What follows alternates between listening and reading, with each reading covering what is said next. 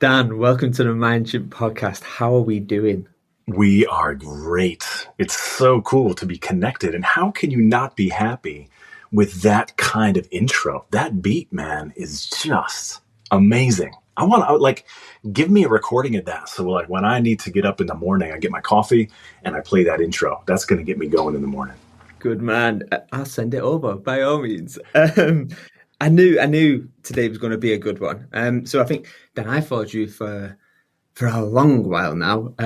Probably stalked you in really unhealthy ways. But yeah, like I've been connected with you for a while. But I guess what I tend to do is I tend to ask my kind of guests to summarize themselves in one sentence, their log line. What would yours be?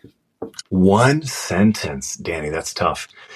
I mean, if I took the professional angle, I would say that unlike a lot of designers who like the comfort of creative agencies and spaces, I'm a design pioneer who has loved bringing the human-centered, empathetic, creative forces of design into the heart of companies and industries that desperately need it, like banking and healthcare. And so I'm a little bit of a design pioneer is what I would say. Nice. That's powerful. I like it. So I guess before we get into the show, I want to ask you a question, Dan. What's the one thing that's made you smile today? What's made me smile? Well, your intro music, for one, it didn't just make me smile, it made me dance. I think the other thing is my dog, Astro. I've got a Samoyed who is a rescue, actually from the streets of China when my son was studying Chinese out there. And there's a puppy that was abandoned. And he's now in my care. And he is the most cuddly and loyal and affectionate force. And he and I had a great little walk today, and just his curiosity and his way, just that always brings me a good smile today. Nice. I seen an image on, it might have been LinkedIn or Insta, and it was a picture of a guy and a dog sat on a fence, and it was like the reason why dogs and humans are different, and it had this image of the guy thinking about life and finances and whatever else, and then the little image of a dog was just him and the dog owner sat down on a bench. I was like, oh, that's actually quite nice. It's just simple. Yeah, present. It's great. It's really changed my life, actually. It's brought rhythm. It's brought kind of a new responsibility. I've also got 3 amazing kids. Oldest is 24, youngest is 19. And so much of my life has been defined by the nurturing force of fatherhood and being a parent. And when I became an empty nester within the last couple of years, somehow having this dog in my life has kind of rekindled in me that rhythm of nurturing and in a new way. So, clearly dogs and humans, a bit different there. My kids, if you're listening to this, I'm not comparing you to dogs, but he's been great. He's been a real good force of regularity and love and cuddling in my life. Nice. Yeah. So I have a dog. He's 13 years old now. He's an old man now. And he recently got diagnosed with diabetes. So apparently older dogs can just get it overnight. And it's a real shame watching him get old and stuff kicks in. But the curiosity, the thing where we can just come over and give you a little nudge, like it's just something nice about just breaking that state and being like, oh yeah, work isn't as important as my family, my dog. Like, it's nice. It's nice. So I'm going to ask you to pick a number between 1 and 12, okay, Dan? And what number is aligns to a list of questions. Now I'm going to ask you that question, but I don't want the answer until later on, okay? So pick a number between 1 and 12. Got to go with 9. 9. Okay, nice. Okay, so the question, which I want the answer to a little bit later on, is, have you done anything lately worth remembering? Okay. So that's the question for you later on. Great, love it. But Dan, we just got straight into it, and I'm like, actually, people may not have come across you. They may not have come across the legend that is you. So maybe give my listeners some of the background of who you are and kind of where you've come from. Yeah. So I currently live in England. But I was born in New England. I was actually hilariously born in a little town called New Britain, Connecticut. And I grew up in New England and ultimately ended up going to an international school on Vancouver Island in Canada and fell in love with the world because I had roommates from all over the place. And I took 2 gap years to travel and to do volunteer service in West Africa and the Czech Republic.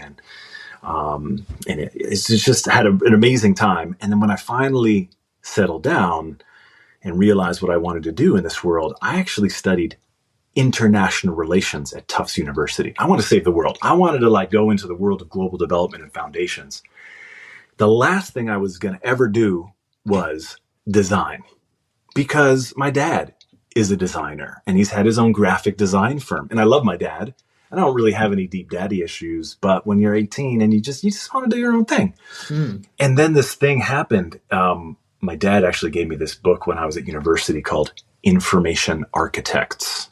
And it was a book by this design leader, Richard Saul Wurman. He's the founder of the TED conferences, and he was an architect who started realizing in this world of massive data, you needed the organizing skills of design to bring kind of architecture and meaning to massive amounts of data. And I loved that information architecture approach. And the other thing is I took a multimedia design class at Tufts University, and I learned about macromedia and lingo scripting and interactive software. And so I ended up in the middle of my college career going really deep into this intersection of technology and design, so digital design, and ended up redesigning the traffic system for Boston, all the operators who were managing hundreds of video feeds of traffic, what are their interfaces for managing that? And, massive websites back when HTML was brand new, which ultimately led me to Microsoft and then Google and Motorola and Walmart. And then the last 5 years, chief design officer roles in banking and healthcare. And so I guess I'm a designer by career, but really my heart and soul is about making this world a better place. And I still have that global development, international relations spirit in the work that I do. Nice.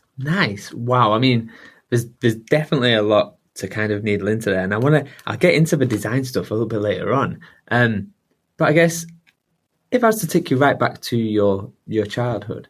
Yeah. And then let's pretend I could get into a little time machine, go all the way back and kind of go and ask your teacher, what's Dan going to be when he grows up? What would your teacher have said? I mean, my teacher probably would have said he's going to be a disruptor, innovator of some sort. I mean, I was always a bit of a class clown and I had a lot of extroverted energy, and my teachers didn't always appreciate that. But also, my dad's a graphic designer, but my mom is an actress and she has a master's in drama and she was really comfortable on the stage. And I kind of grew up, going into local theater, and I was the lead of my high school musical. And so I think if you talk to my teachers, they probably would have said something between a disruptor and a performer. And I guess that's kind of what I've actually done in one roundabout way. Nice. Yeah, there's definitely something there for sure. I guess, when I think about you, Dan, I think about curiosity, creativity, expression. And I think I see that, right? Like the videos when you were going through, I think you were doing dance for a while and just being expressed. It's like, where does that come from? Is that expression something you've learned to develop? Or is it something that's just naturally been there and you've been able to do it? Like, where does that come from? I mean, I don't know. I think having 2 parents who are artists naturally has kind of, I've been raised in an environment where creativity and expression was the norm.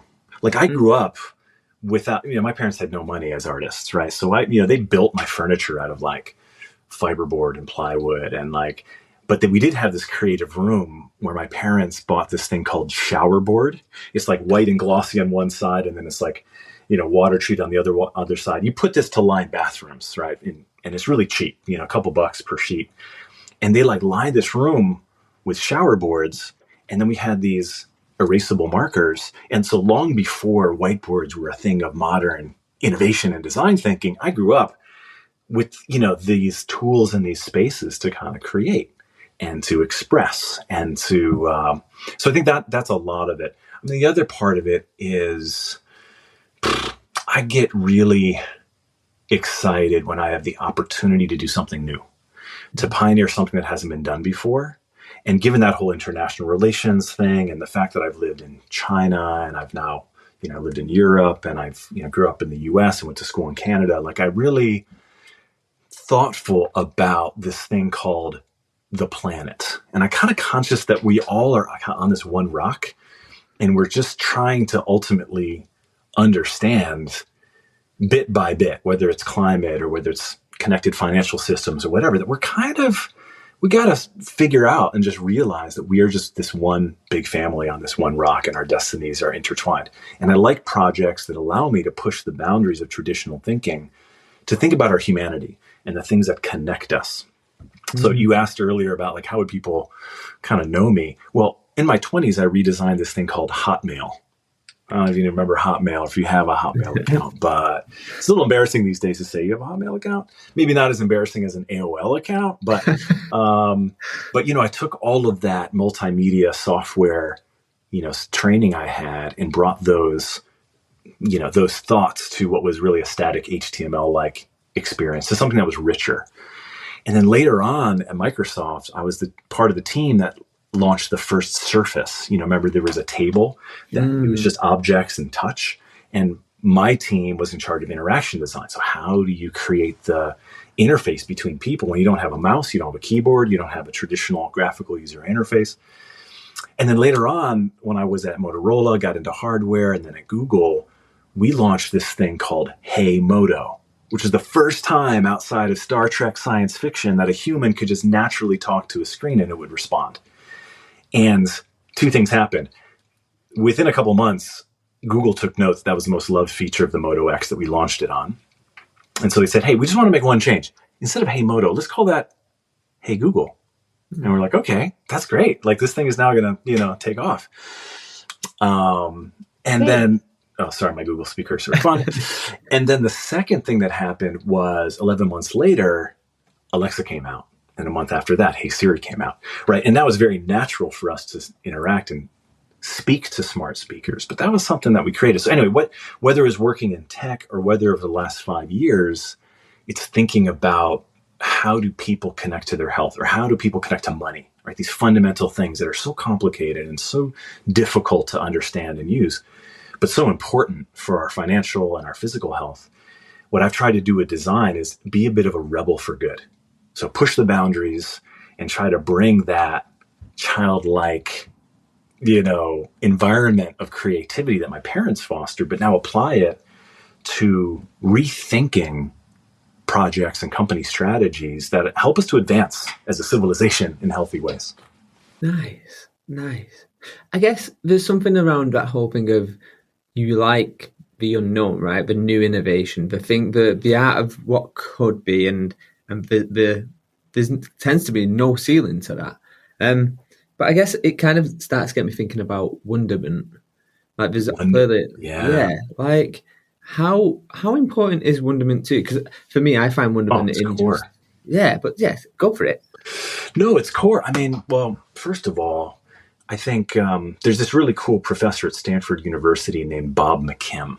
And Bob McKim was in the engineering group, so a very linear, left-brained kind of discipline. But he got really interested about this thing called creativity. He noticed some students would solve these really hardcore engineering problems in really unexpected ways using creative approaches. So he started studying it. And he used to do this experiment around creativity where he'd ask people to take out a sheet of paper and in 60 seconds, draw your neighbor, right? So they would kind of like, just draw their neighbor. And he would just kind of, that's you. You're welcome. Amazing. And whenever he did that with adults, the most signature response that he got was a lot of sorries, a lot of embarrassment, a lot of nervousness. And it's just a simple task, right? Mm-hmm. And then whenever he did that experiment with kids, he had a very different response. Kids, when they're asked to draw, they're not particularly excited or afraid. They just draw, right? anyone who's has kids or been around kids, if you put paper and crayons next to a kid, they're just going to draw. Sometimes they don't even need paper. They just need a white wall or or just something to go. And he did that experiment to prove that as human beings, we have an innate sense of wonderment. We have an innate sense of expression and creativity. And that somehow in those middle school and high school years, we start to slowly fear the judgment of our peers, and we start to retract into this kind of aspect of adulthood that limits our thinking, that limits our wonderment. Like, how many times do you remember as a kid getting some gift in some box or something, but the box itself was the more interesting toy of wonderment that you could turn into a rocket ship or a time machine or anything you wanted, and you just didn't really play with the other thing? Like, my question, and the reason why I do hip hop dance class, is to remind me to always be a little out of my comfort zone, because that's what creativity is. Creativity and wonderment is the belief that the future can be better than the past or the moment now, that I am not defined but only by what I've been able to accomplish before, and that the world's most important problems in the future can be brighter and better if I get involved. I mean, that's what it's about. And kids have it. Humans have it innately. So I think for me, it's about trying to just continually remind myself that I've got to peel off those layers of self-judgment and critique and fear to tap into what is already innately there, which is wonderment and creativity. It's so hard, isn't it? I guess. So you got me thinking. So I wrote a book, Insightful Innovator, and the first chapter of it was The Mad Scientist. And my granddad used to call me this. He used to call me the Mad Scientist, and I used to have big, thick glasses. I had a lazy eye when I was a child, so I had these big glasses, and sometimes I'd have a patch on and whatever else. I had this imaginary. I had a patch. I had a lazy eye. I feel you, bro. This is it. And at some point, I had an imaginary friend as well. But anyway, but he used to give me, like, I used to go around to my families, my gran and my granddad, and be like, give me your junk, give me your rubbish. And I remember being looking at stuff and going, why are you throwing this away? Like, what could it be? What else could it be? Like, wow, there's that. And just listening to you speak then, I'm like, finding that now as an adult is harder and harder. Yeah. And it shouldn't be, but it is. Yeah.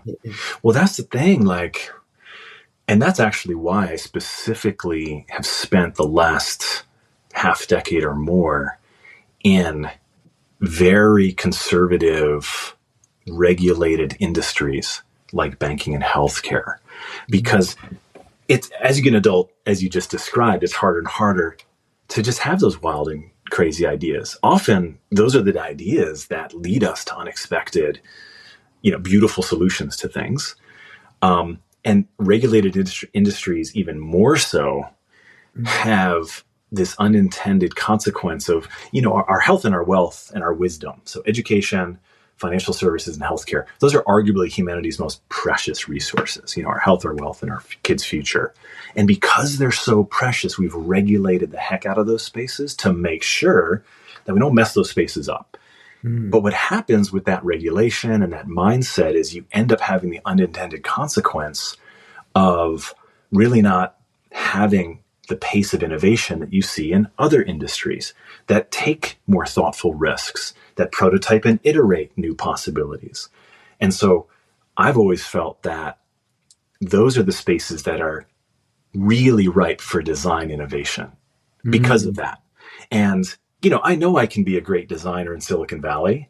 I know I can be a great designer in technology that has this like quick pace and is, a little bit more, optimistic about what can happen. But the real question for any designer is, can you be a great designer in the darkest place that doesn't get you, that doesn't understand creativity, that has a culture and a system that's meant to reject those mad scientists and rebels and folks?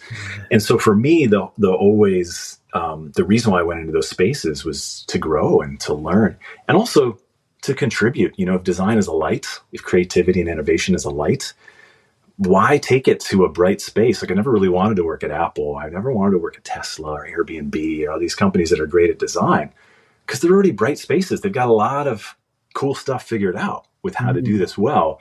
Like, let me take my light to the darkest place so I can have the biggest impact. And when you do that, you will quickly get rejected if you don't understand the environment you're in, if you don't speak the language of banking or healthcare, if you don't slow your roll, change your speedometer a little bit, and your odometer a little bit to say, we're going to take it easy. But like, yeah, I fully agree, man. That challenge of closing down to creative possibilities is something all adults face. And I think design allows you to safely unlock it, because design, unlike art, is an act of service, not an act of ego. And design allows you to not say, this is what I want. It's like, this is what the people we serve want. Like, can we as a business rally around a different approach? Because people don't get banking. Like, can we design apps, interfaces that help people connect to money in simple ways that, and so that it takes it away from you and takes you into a place of humility, which is even more powerful than the traditional mad scientist innovator. It's fascinating this. So I'm currently working, I say currently, I'm due to leave in the next 4 weeks. I'm moving to Dubai. No way. Yeah, I know, wow.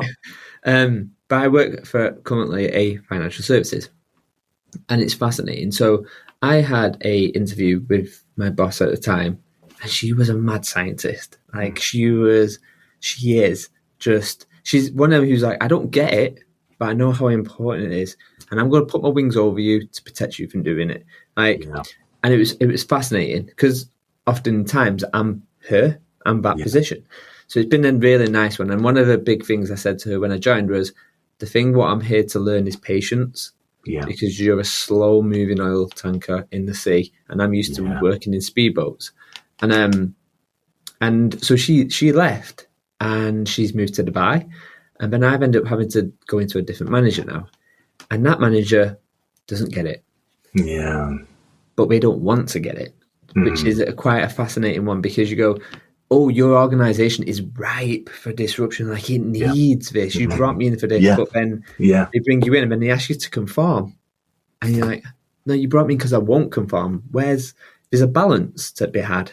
And it's a tricky one. That's so key. Well, first of all, I found that in my life, next to, my foundational relationships of love and kids and core friends, really the most impactful relationship is the one you've got with your manager, with your boss, because you end up spending actually often more time with them than even partners. And so much of your day is with them, and so much of your 9 to 5 time. I never really worked 9 to 5. It's always been so different. But if you think about that Monday through Friday 9 to 5 zone, that time is really dominated by that relationship. How much trust is there? How much is that person and a servant leader invested in your growth?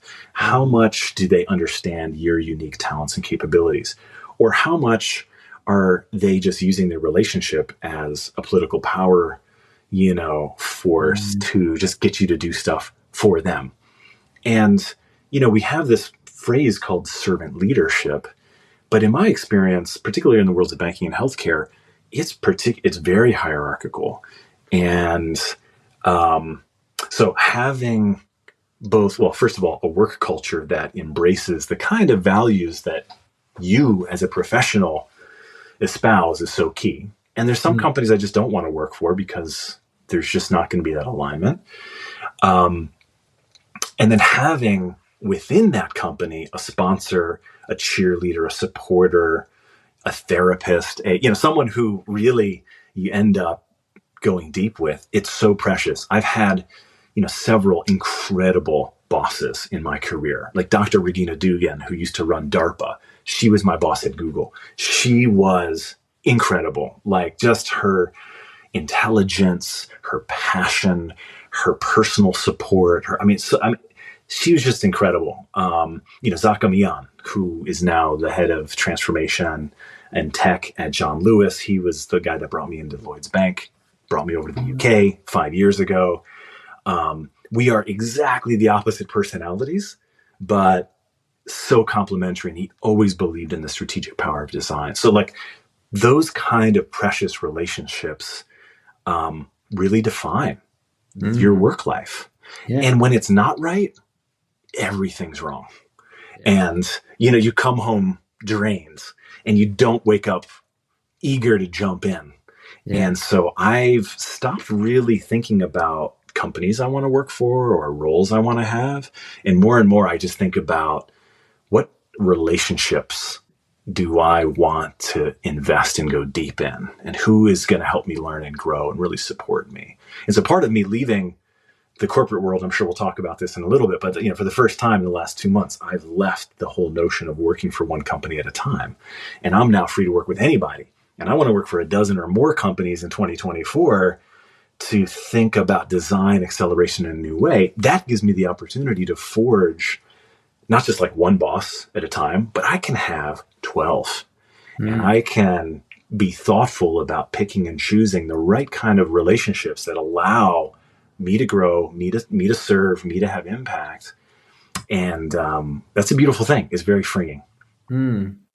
There's a trait what I've noticed with a lot of people who I have on this show, and I am a firm believer of you need to get out of your bubble, but you need people in your bubble as well, people who are like you and who get the same tension and the same human tension.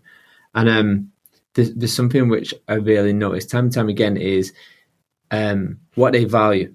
So it's not always money. It's always development. It's always growth. Absolutely.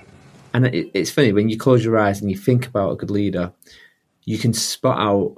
I do this activity where I'm like, I call it your wows and cows, right? Close your eyes and write down all them cow moments you hate, all the things, the bugs, what you hate in your day. Yeah, and then write all the wow moments. Yeah, cool. And you can do that with your leaders, and you go, oh, you can see on your hand who is really good.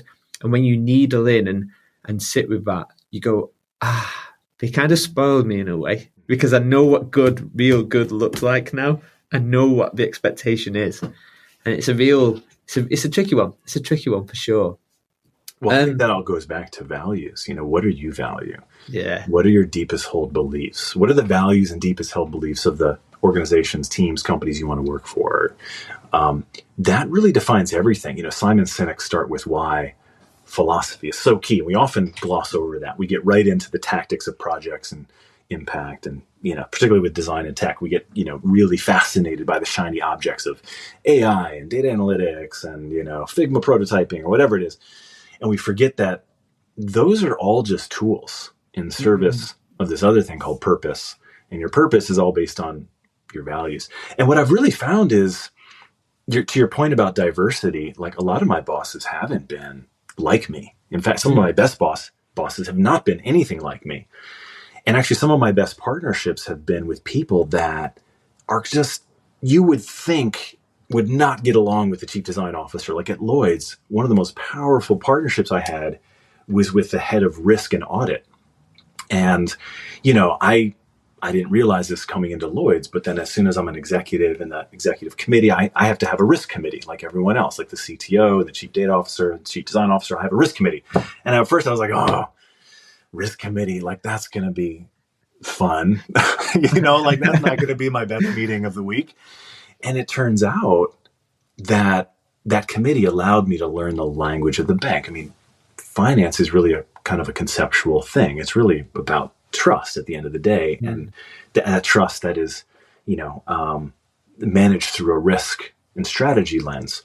And then once I learned the language of the bank, we were able to work with both risk and with audit to basically speak that language to say, hey, from a design perspective, we don't have enough design researchers, for example, right? And design researchers help us get into the heads, hearts, and minds of the people who we're designing for, these, consumers or commercial bankers, whoever our software or apps were for. And we end up building a lot of stuff and apps without their input. That's a risk that we waste valuable development time, that we risk creating things that people don't understand, that we risk creating more complexity when actually we could do things differently. And so we wrote this risk opinion, and it really helped to ultimately bring a little bit more investment to our design research capability and elevate it. And that's not because I was talking to someone else who really got design. It was like I talked to someone else who was really excited about doing the right thing. Talked to someone else who's really excited and appreciative of the different perspective that I brought. And together we created something that neither of us independently could have created, which was this maturity of design through both the language of design and risk. Like, I love those relationships because that opposite, diverse perspectives is what is the spark of truth. The clash of flint and steel is what creates the spark of truth. And I love that kind of dynamic. It's fascinating. I introduced with my team. So I was like, look, team, it's great that we can do these things, but I was like, we need to do. So I call it a BRAD: benefits, risks, assumptions, dependencies. Like benefits, risk, assumption, dependencies. Yeah. Okay, cool. And like, if you're going to go with something big, whether it's... Or drab. Drab. Maybe that was good branding. Yeah, nice. That could work, yeah. That's a better one. But I was like, look, and so I think I'm a firm believer of constraints bring creativity. Sure. I love a bit of constraint. But I think we could probably needle on this all day. But I guess I want to ask you the dice question, what we came to earlier. Yeah. So have you done anything lately worth remembering? Yeah. Oh, well, the thing that comes to mind, because I think it's just top of mind, is in the last 2 months, I made this decision to go independent, to launch my own chief design advisory stretch of my career. And there are terms for this, right? There's words like a fractional executive or a portfolio career. And these are really just fancy terms that the gig economy for more senior leaders. And what that really just means is, instead of just, working for one company at a time, you have the independence and the flexibility to do a lot of different things. So in my portfolio, I've got these 9 things I'm doing. I won't go through the whole laundry list, but it ranges from, being an author and writing a book, and then taking the content from that book, uplifting design, and turning it into a dozen master classes, which I've actually already given at the Royal College of Art, and I had it filmed, and those will be coming out starting next month. I'm also a speaker. So the Washington Speakers Bureau is now representing me, and they're bringing me into these conversations where I'm able to, connect with a number of folks that are interested in design and innovation. And flying out to Denver next week for one of those gigs. And then also just helping to coach and mentor the next generation of design leaders. So vice presidents of design who someday want to be a chief design officer, but don't know exactly the path to get there, or current chief design officers who are lonely because they are the most senior design leader at a company and they've got nobody to talk to or nobody to mentor them. So I would love to give those leaders some connection that I never really had when I was a chief design officer. And then finally, I'm doing some advisory work where I'm working with CEOs or members of their leadership team who really believe in the strategic value of design, and spending anywhere from, several weeks to, 10 weeks out of the year to go deep with them. Now that for me has been scary, because even though I started my career right out of university in agencies, from my first 5 or 6 years of my career, I worked in creative studios and agencies. As soon as I had 2 kids, and then the third was on the way, I was really attracted to Microsoft, because it was a place that desperately needed design back in the O's. So design at Microsoft has flourished in a whole new way under Satya Nadella, and they have their first proper VPs of design and CVPs.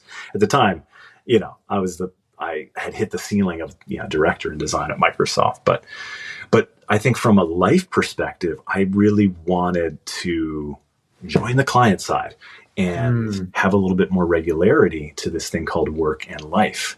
And when juggling the lifestyle of a parent with 3 kids, that was really appealing. And I've really, in some ways, been super comfortable doing. Continue now. Okay.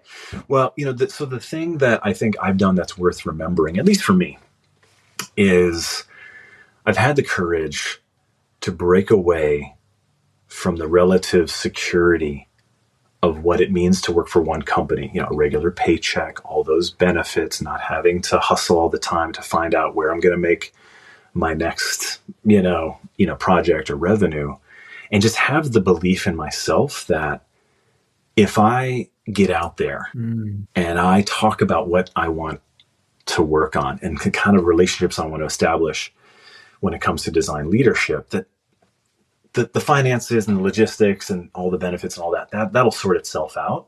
Let me really focus on where I can have impact. Mm. So I think it's worth remembering because A, it was really hard for me to do. B, other design executives who have been thinking about taking this path, 4 or 5 design executives have said, damn, this is so cool. Like, I really want to do that. And, and then the other reason it's worth remembering is like, I wrote a book, a 209-page book. I wrote the core of it in 2 weeks, and I'm still in the final editing right now. I wouldn't have written that book, which distills 25 years of design leadership into, something that can be taken not just by design leaders, but by anybody who wants to uplift design. And I just think that's worth remembering because as I approach 50 and recognizing that life is short, let's do work that's meaningful, that's purposeful, that aligns what we want to do. And whether my journey now is going to generate stuff that's as memorable as, Project Aura at Google or Hotmail or Surface or the Walmart redesign or the Hey Moto, Hey Google thing, I don't have anything to prove really in terms of portfolio. What I really want to do is just work in the spaces where I can have impact in a more powerful way. So that's worth remembering. Nice. It's I want to actually touch on the book a little bit. And I'm going to reflect on my experience and tell me if it's the same, because I don't really know lots and lots of authors who have done design and kind of bringing multiple different angles to design. So when I was doing my book, it started off as one big book, and I was like, holy shit, this is too much for one big book. So then I ended up having to create 3. I created Insightful Innovator, Experience Engineer, and Culture Crafter. And my world is predominantly either creating more immersive experiences, be it in physical, or creating employee experience, right? I don't really link too much to customer. I do passively, but a little bit. But the hardest thing what I found with writing my book was what stays in and what comes out. Like, it was so hard. How have you found that? In fact, tell me a little bit about your book first, and then the challenge of it.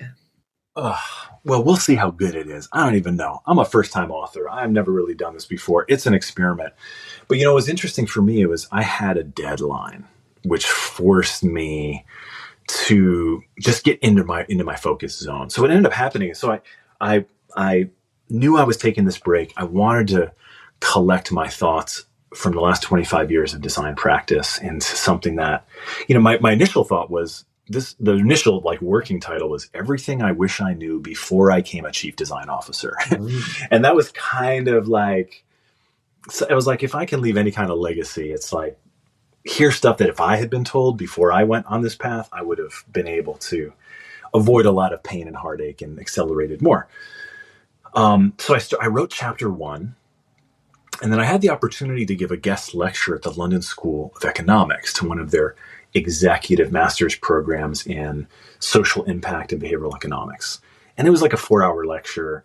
And so I was like, well, let me test out what I've just written about and also the framework of the book. So I knew that from the beginning, the framework of the book was going to be values, vision, strategy, tactics. And they would progress in that way, because that was the playbook that I've used to elevate design. When I have gone into a new company and taken on the challenge of leading all of design, there's just a whole bundle of tactics, projects, initiatives, organizational models and things. And if you ask any one of those designers or any of their stakeholders, it's like, hey, what's our design strategy?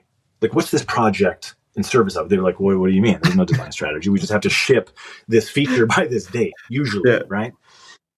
And so what I really started to believe was that you can't just have design is often thought of as a tactical, decorative, superficial force that comes at the end of the process, that business and product strategy people figure out what you do and like, oh, I'll bring a designer in because they'll make it look pretty or good or whatever. That's usually, unfortunately, how design is misused. And to me, the best value design is, making stuff look amazing, because designers can do that too. But to understand who is it that we're designing for, what are their needs, what is their life, how can we help them, how can we serve them? Because ultimately the purpose of business is to serve society. If you're a business and you're not, meeting a need of somebody, you're going out of business, right? And so really the heart of business is design, but because we become so left brains, we end up forgetting that the soul of business is design. So I don't know, man. I just feel like bringing that back into the book, and then starting with courage to say it starts with values. Your values are what, your deepest held beliefs. Those values then get translated into vision, which is a fancy term that really just means, what future are you excited about? Danny, when you think about what the future could be like, what do you imagine could happen? That's vision. Yeah. And then your strategy is, what is my plan to create that vision, that future that I love? And then your tactics are then used as the power tools to work that strategy. So I knew the framework. And then I got so much feedback from this London School of Economics class of just how transformative it was, because many of these economics students hadn't really been exposed to design or modern design, strategic design. And then I was at the Royal College of Art Master's Show, and I told one of the professors there about what I was doing, and I wanted to write a book, and then I wanted to do master classes based on these 12 chapters following that framework. And they said, oh, well, what are you doing in 2 weeks? Because we've got a programming gap. And I was like, shit, like, I don't know. Like, he's like, do you want to come in and do your 3 days of master classes, 12 hours of instruction? I was like, okay. And so then I sat on the bed with the Royal College of Art hoodie that I bought from the gift shop to just put myself in the persona of the master students I was about to teach to. And I wrote the whole book, a chapter a day. I was focused, and every chapter had a case study, principles, a method, all of that. And then I wrote the book, and then I had 4 days to turn that into masterclass, like, lectures, curriculum. And I had a deadline. And so that forced me to get into a place of creativity. So constraints, right? Constraints breed creativity. I had some massive constraints. And not only that, but I hired a filmmaker to come to film me for those 3 days of the master classes. I had never been an author. I had never been a lecturer. I had no idea if I'd be any good. I was feeling nervous and scared and vulnerable, and I was sweating, and it was rough. But I was like, let me hire a filmmaker to capture me in 2 camera angles, 4K, whatever, all that good audio, as a signal to my brain that I better be good enough for these students. Yeah. And what I have to say is worth it. And we did. And so I kind of created the conditions. And some might say that's ego. But for me, it was really actually dealing with my worst fears and vulnerability and saying, you know what? I have to believe that I have something valuable to these folks. And if it's valuable, it's something that I should capture. So anyway, that was my process. And at the end of the day, I used the metaphor because my fiance is a private chef, and she has introduced me to the world of culinary arts. Nice. And I've learned about chef tasting menus. And chef tasting menus are cool because it's just a tiny little, delicacy, a snapshot of a wider set of cuisine. And so I said, these 12 chapters, these 12 methods, it's like a chef's tasting menu from the chief design office. This isn't everything. Every chapter could be a book. There could be 12 volumes if I went deep into each area. I said, so this is book number 1. I plan to write a book a year if I can.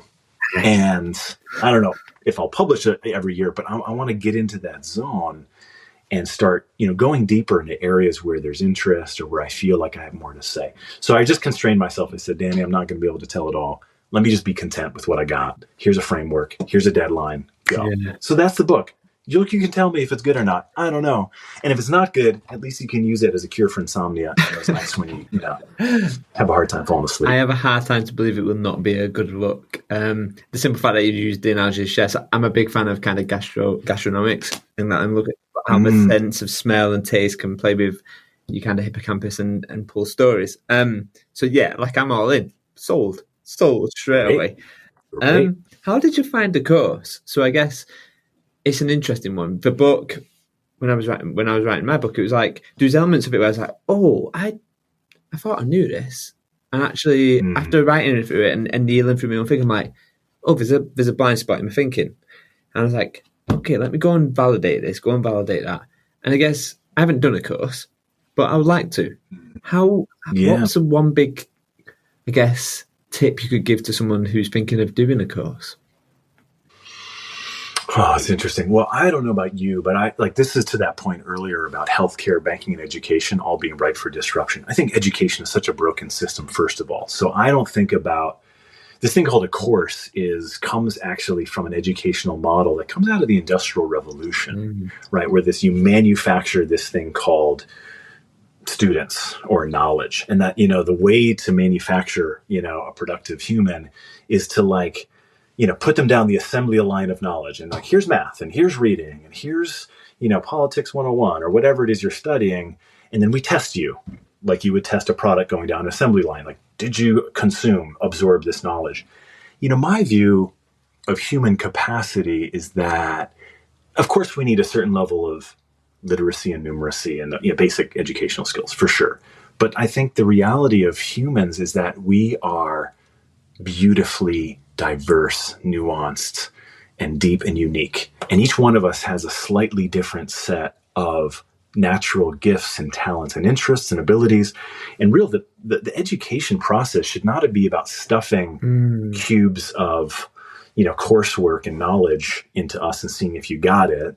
I think education should be a process of uncovering the unique gems that each one of us has and then applying those to having impact in the world for good. I mean, that's really what education should be.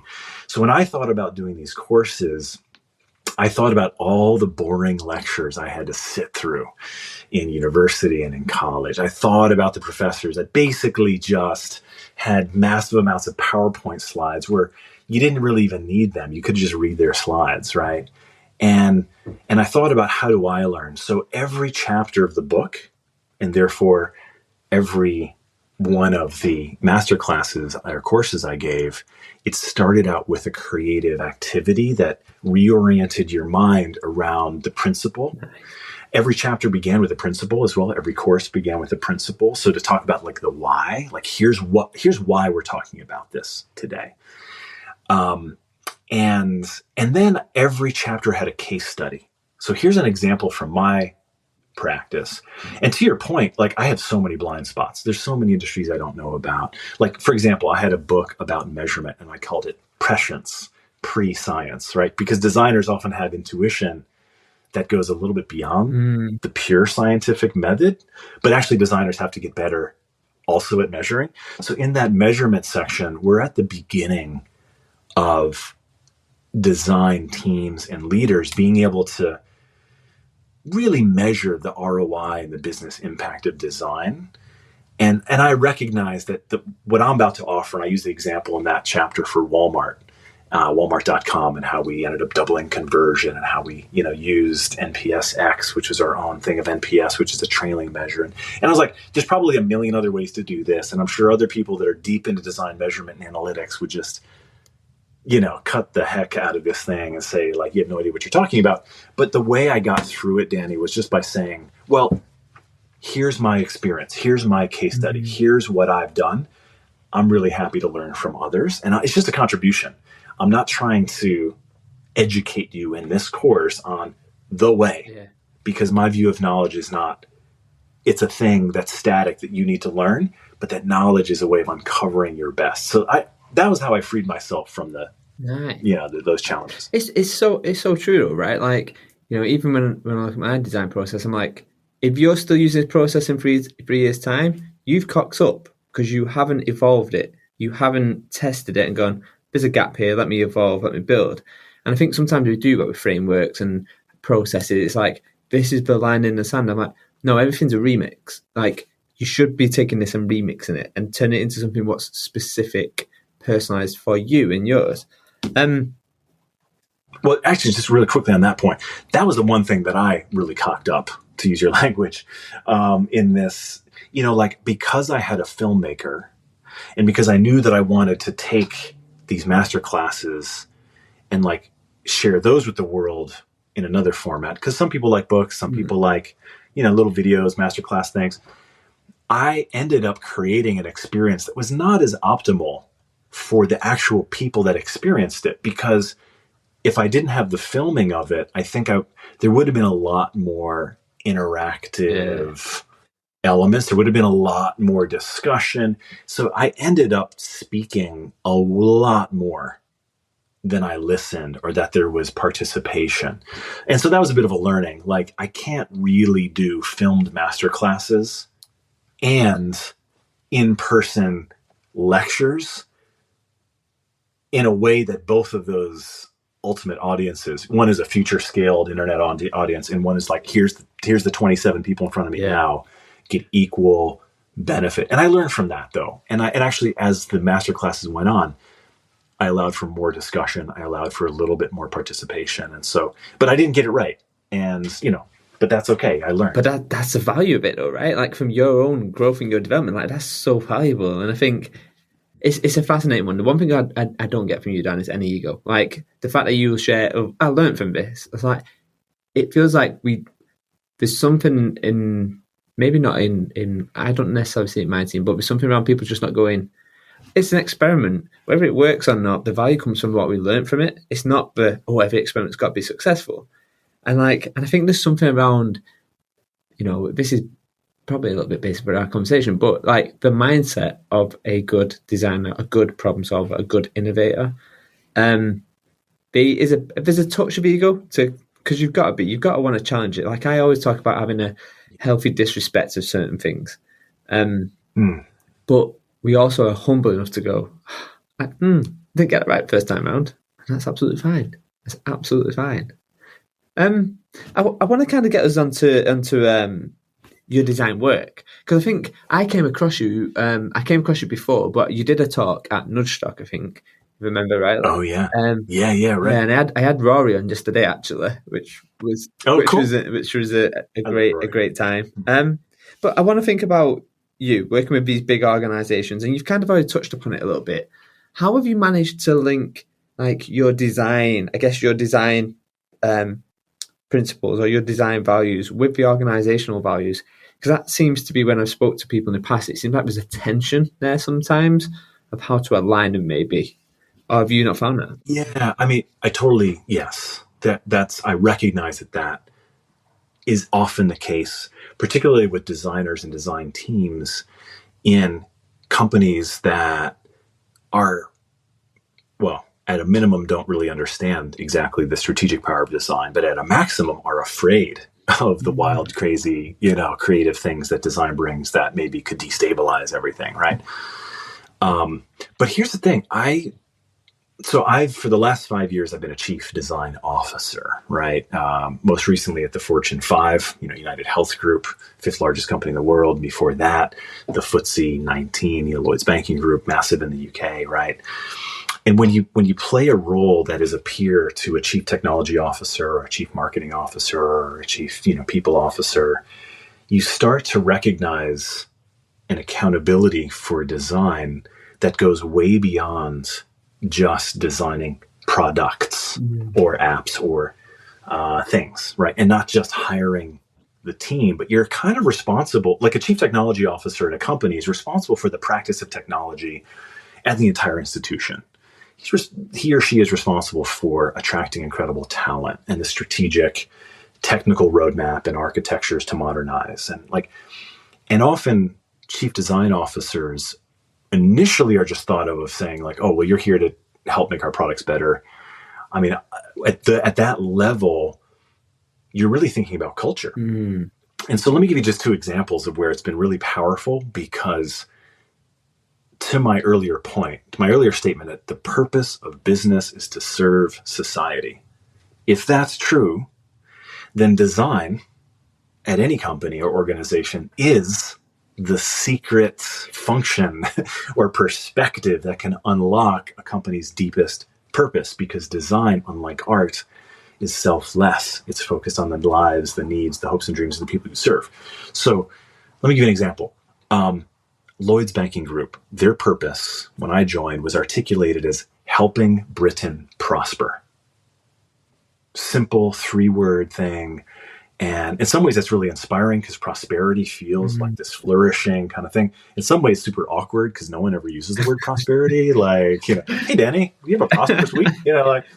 It's just, but, so as a design team, we had these design researchers, we had design labs. And what we did is we just did a very simple activity where we asked the people that we serve, we recruited folks, brought them into our user testing labs and, had conversations with people. And we just asked them the question, what does prosperity mean to you? If everything that we do is about prosperity, we should probably understand what that means. And probably what banking leaders think prosperity is maybe isn't exactly how ordinary folks or business owners think about prosperity. And to save you a story of all the in-depth insights we have, you can imagine the bottom line there is that the way people describe prosperity is not the language of banking. It's not accounts and amounts. It's not, it's really about two things. It's about relationships and it's about experiences or milestones. So one example, let me give you in the US, we have this thing called a 529 account. It's a tax advantaged college savings thing. So I could save up for very expensive US college fees without having to pay taxes in a crazy way. So from a banking perspective, they would think of that as this 529 account. For me, I don't really care about that. This is my daughter, Rue, a person, a relationship. And it's my daughter, Rue, graduating from university without the crippling debt that I had when I went to Tufts University. Milestone or experience, right? It's relationship and a milestone. And if we can start to speak to people in a language of prosperity that they understand, we're going to be even more successful as a bank in that way. And so anyway, so that was one thing. Another example at United Health Group is one of their 5 values was compassion. And compassion is a beautiful value in the world of healthcare, first of all, because we had our whole network of clinics and doctors, and we had health insurance plans that are meant to really come to people in their most difficult moments of life when it came to their health. And design is a force that can show a new level of compassion. Because when you take human-centered design practices and design thinking, when you iterate based on design research and you prototype and you validate and test with people, there's nothing that makes you more compassionate as a business or tech or product leader than sitting in a usability test or some other design research activity and seeing your ideas wildly fail because people have no idea what the heck you're talking about. And so many businesses make top-down decisions based on whoever's paid the most and is guessing. And so we showed, and so we created these workshops called Compassion by Design. And these were 1 week-long workshops that brought in business and tech and product leaders to get out into the field, to actually observe and research like a designer, and then to actually prototype and test and bring people back in and to experience those, and then to get feedback and to iterate. And so anyway, long story short, we ended up creating these cultural forces where design was not only, playing nice with the culture or with but that design held the secret insights that would unlock the very purpose and values and vision of the company. And to me, that is where you take what is an apparent friction, but then turn it into, something really beautiful. I love this. You've got me thinking, oh man, this should have been a 4-hour podcast. You got me thinking about something. So I like talking about taking the insights and splitting them, right? You've got the mundane insights, you've got the magical ones. And actually, the magical ones only really come when you sweat the insights, when you really get to the human tension. There's simple things, I guess, in a typical employee experience lens. You've got, what does day one look like? Oh, well, we should have a laptop on day one. Well, that's mundane insight. Of course you should have a laptop on day one. But actually, why? Why? The typical 5 whys or whatever. Yes. I really get under there. That's part of my book. Yeah, yes. And it's like, then you get to the real reason, the magical insights, what I'd help you identify the moments of opportunity. And I took a whole long, maybe 20 people to the Winter Wonderland in London, okay? But I made them go in a day just to see it as it is, which was balls there. And I was kind of saying, like, Winter Wonderland, you have 2 different experiences. You go at night and you go at day, you see 2 different things. And when you go at day, you see the flaws. You see the realness. You see the fact that the rides are tipping up a little bit when they're going round. And like, there's something around the exposure of it. And I remember coming away thinking, I'm a huge fan of immersion. Yes. Get in there. Yeah. Go and live with someone for a week and understand what it's like. Like, really get in there.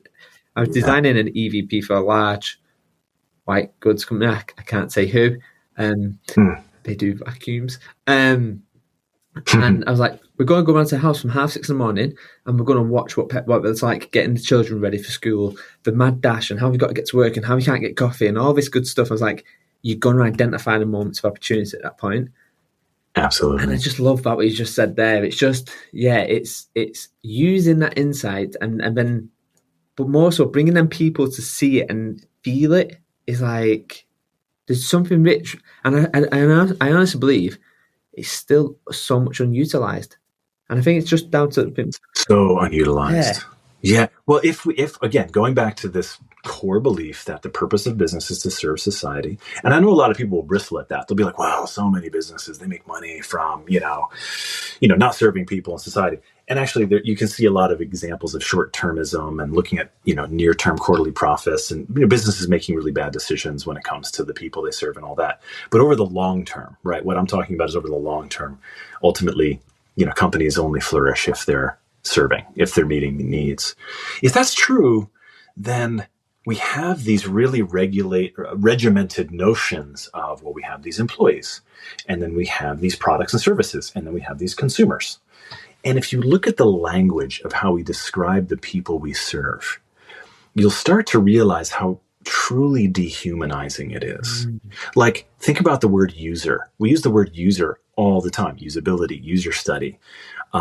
There's only a couple of industries that use that word. Edward Tufte talks about this. The illicit drug industry uses that space, and software development. And the thing about it is, well, while it's accurate, right? We're thinking about someone using our software. We forget very quickly that person who's using your feature, well, they're also a person with a life and hopes and dreams and relationships. Or think about consumer. Like, anybody who's got kids, would relate to this, as we talked about. Like, they see their kids as these creative forces that we talked about earlier.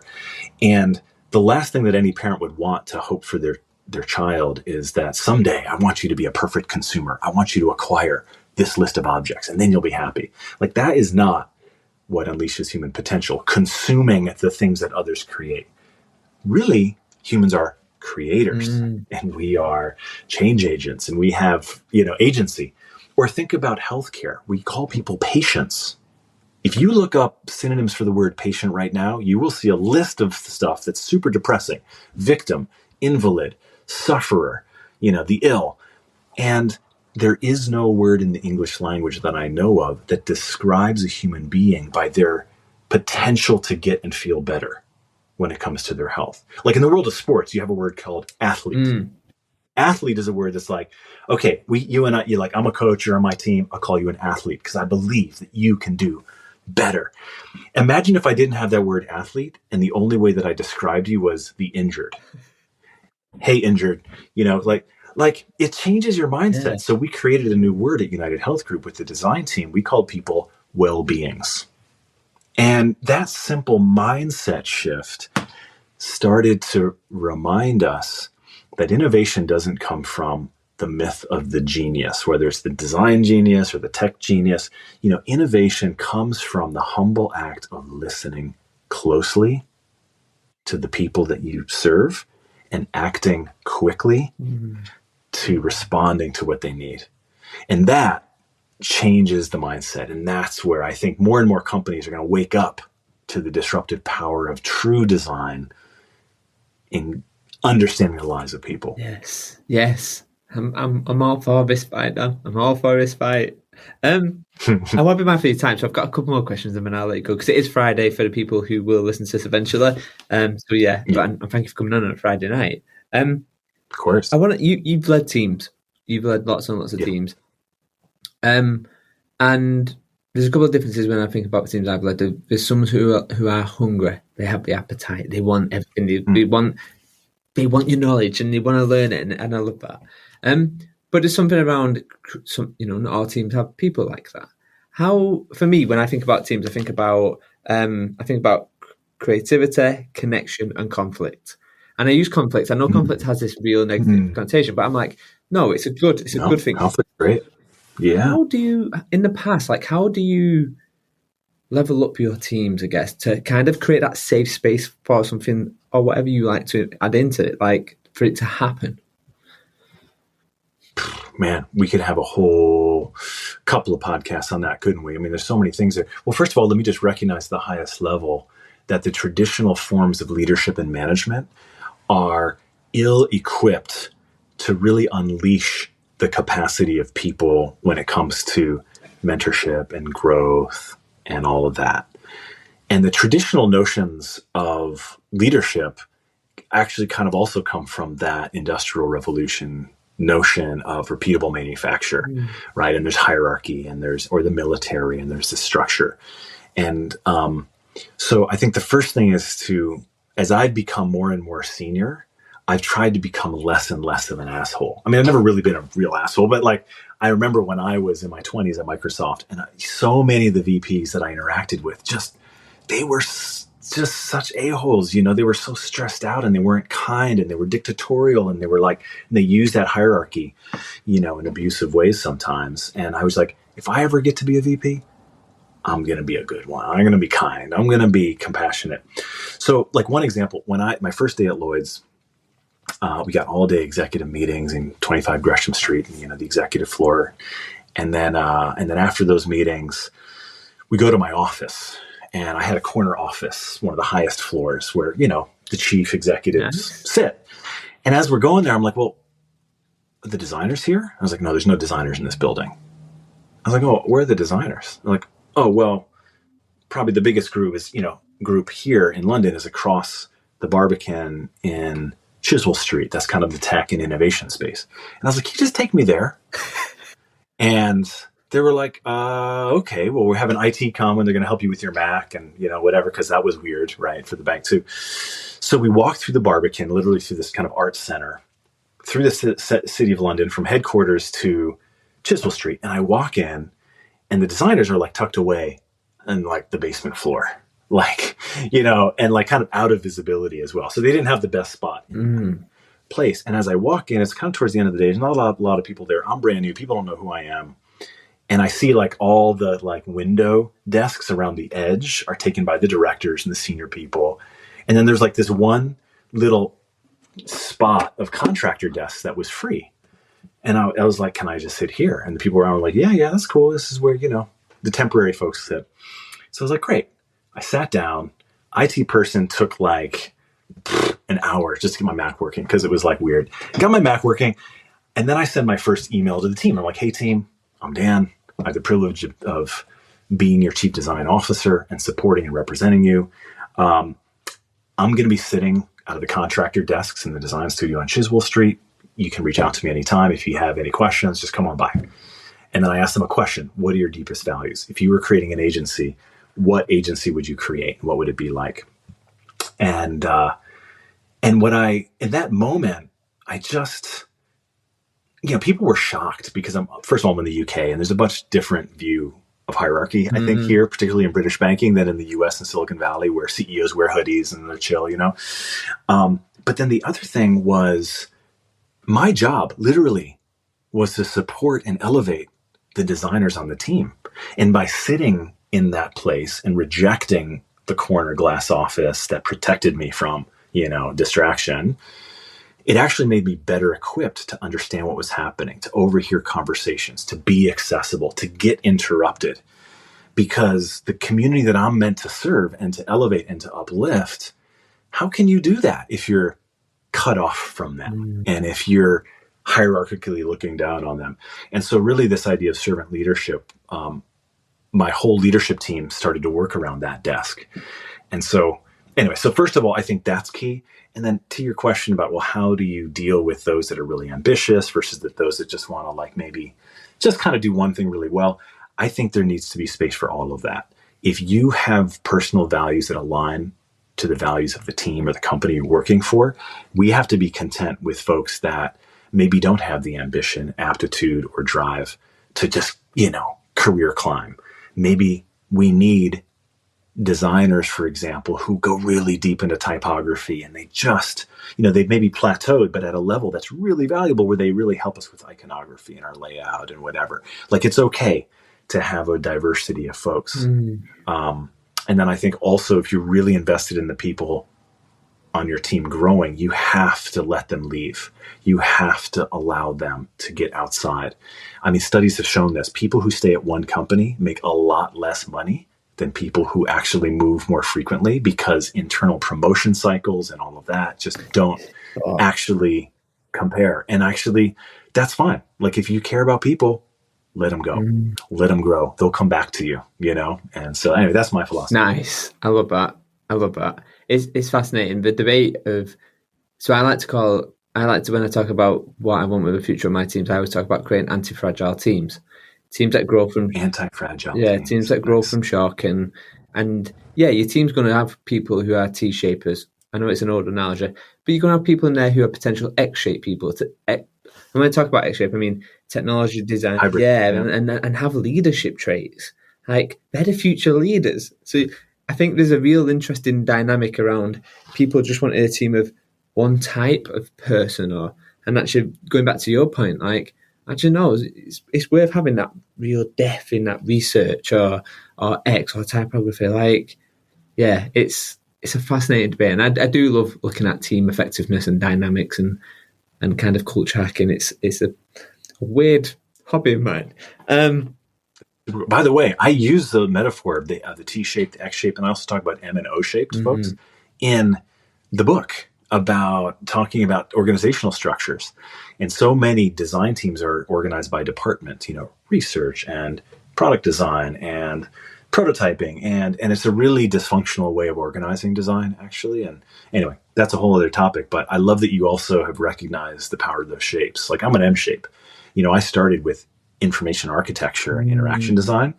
And then I really got into design research because it's such a super power for understanding people and accelerating design. And then I got into design management and design leadership. So, and I still practice all three of those, and that's okay. I'm an M-shaped person. Like, you don't have to be T-shaped, right? You can be X or M or S-shaped or Z-shaped or Z-shaped for your listeners here. But anyway, yeah, that's cool. I like that you've stumbled upon that as well. It's fascinating. There's something as well around. I love the research bit. I love the immersion. I love if I put design into just two really oversimplified buckets.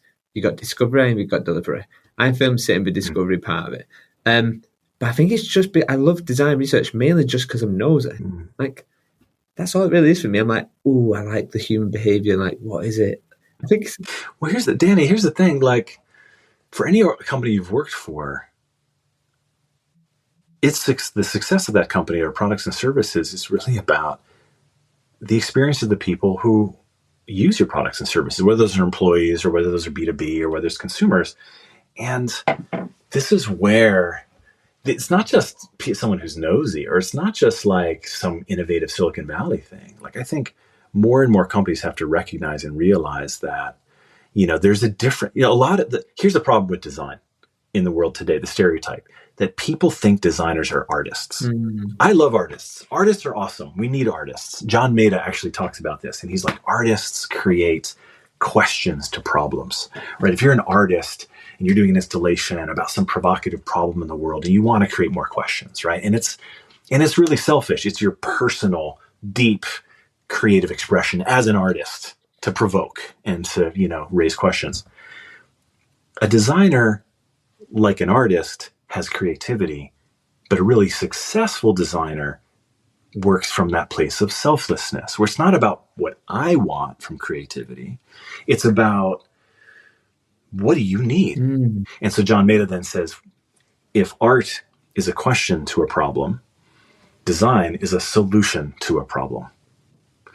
And you can't understand solutions to problems if you don't understand the people whose problems you have in the first place and who need solutions.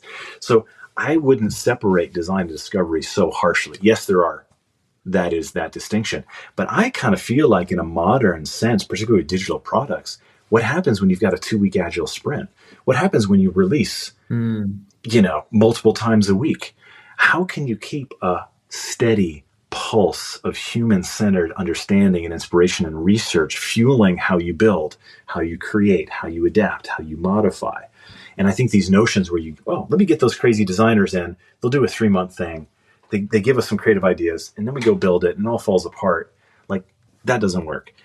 what I get excited about is where designers and developers and product and business people are working together in multidisciplinary little pods, and they're in this 1 to 2 week rhythm of like circling back to the lives of people, and then into like making and then prototyping, and then kind of this corkscrew of innovation that never stops.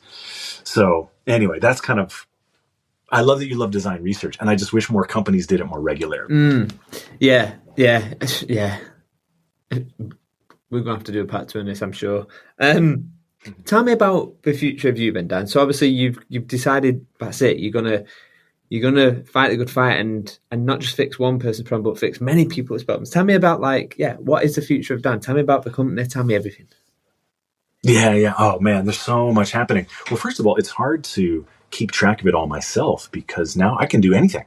I can work with anybody.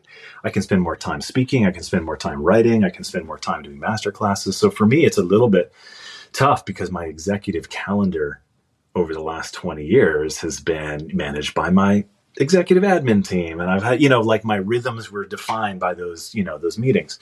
I don't have that anymore. So I've got my own schedule. But the thing that gets me most excited is like the cost of a chief design office. It's not cheap, right? It ranges from between 2 to 8 million for just the people cost of a proper chief design office. So the chief design officer and their executive leadership team at the VP, SVP level, or director, I guess, in the UK level, you'd say here.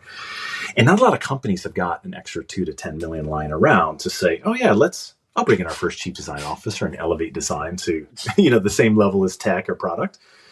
So what I'm trying to propose is if you hire me for 10 weeks, and that 10 weeks, either we can go deep in a quarter, an intensive quarter, or you get me a week a month, or you get me a day a week, whatever cadence you want, or just as needed.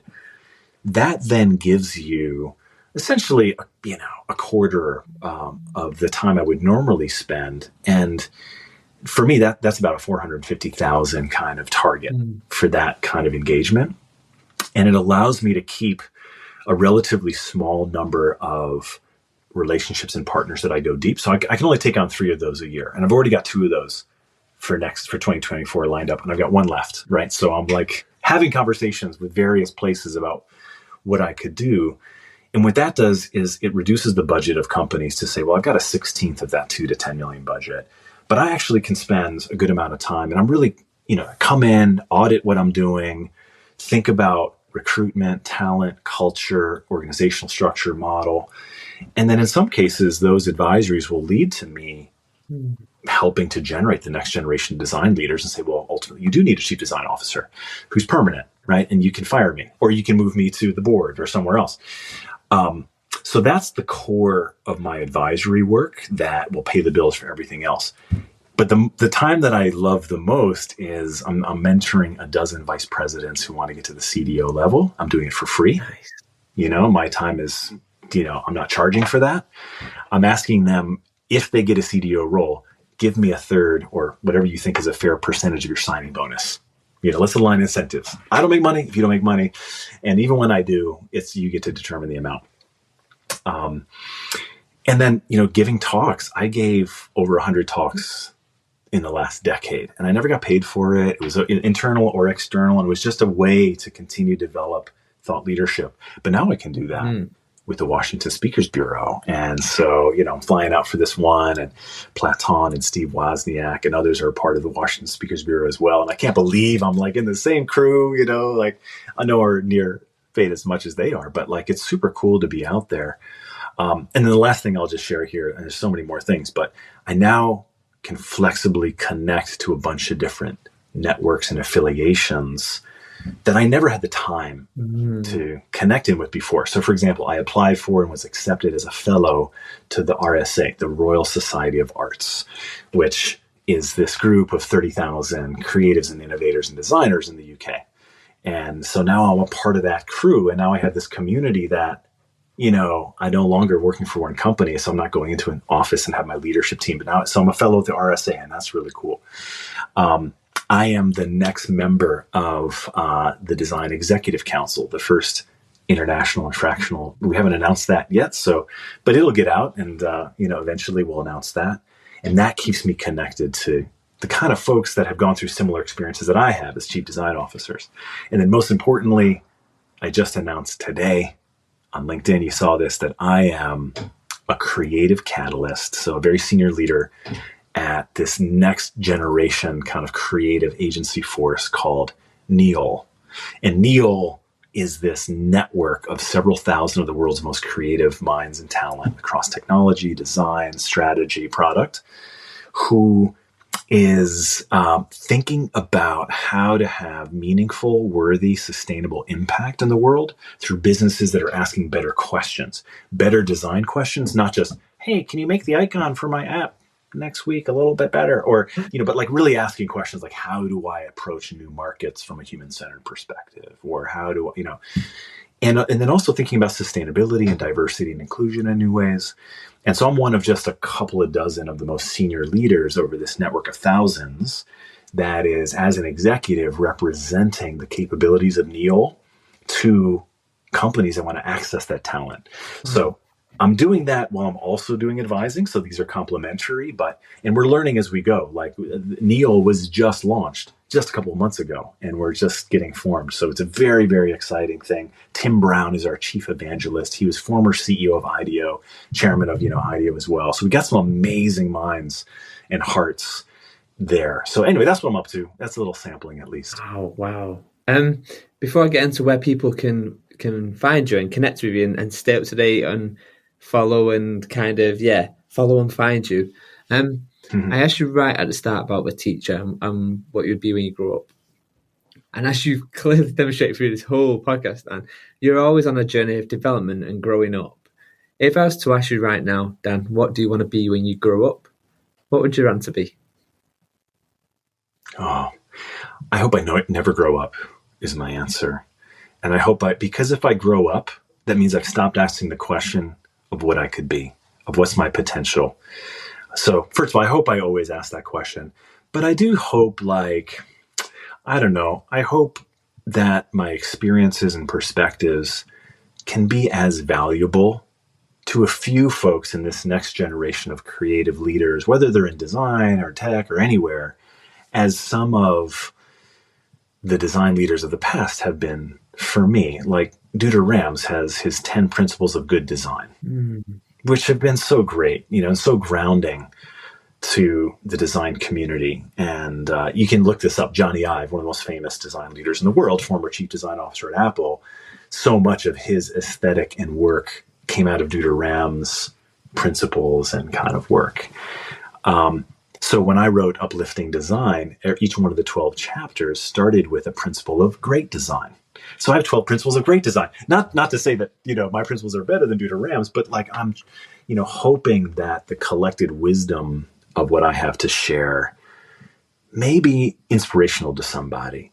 And that may help them as they take on the next challenge. And I don't know, I'm almost 50. I'm never going to retire. I'm always going to be working in some way. And maybe my work is going to be more thought leadership and writing and other kind of things as I grow older. But, my time of that kind of prime impact is moving into a place where I really hope that when I grow up, I will have the privilege to have my thoughts and perspectives and experiences accelerate the next generation of leaders to have even more impact. And one thing that I didn't focus enough on in my career was societal design and impact. And there are so many things that need addressing from an ethics and justice and societal lens, whether it's sustainability in the economy or whether it's thinking about access, education, race, etc., in industries that we try to serve and all the imbalances. Or whether it's just, what does life mean and how do we support people's lives that are more connected, more happy, more, joyful, more intertwined. So I think when I grow up, I will spend more time on making this thing called humanity a better place and inspiring people to bring that human-centered perspective to their works. That's what I want to do. Nice. Perfectly put. Dan, where can people find you, follow you? Where can they connect with you and let you know that they want to take up that one spot, what's still outstanding? Yeah, awesome. So the new place is Uplifting Design. So I have the domain upliftingdesign.com, but I also have the domain uplifting.design, which is even cooler. So if you go to Uplifting Design, you can see the ways you can connect with me. I've also just launched, the ability for people to have a newsletter. I've never had a newsletter before, and I've now got my first one. I had 40 subscribers, and my second one I now have 80 subscribers. And who knows, maybe I'll have 160 if that doubles again. But really excited to be able to share with that community the launch of the book when it comes out, the launch of the master classes, and ultimately I'm going to have my own app. You'll find it on Uplifting Design. And the whole Uplifting Design is the title of the book.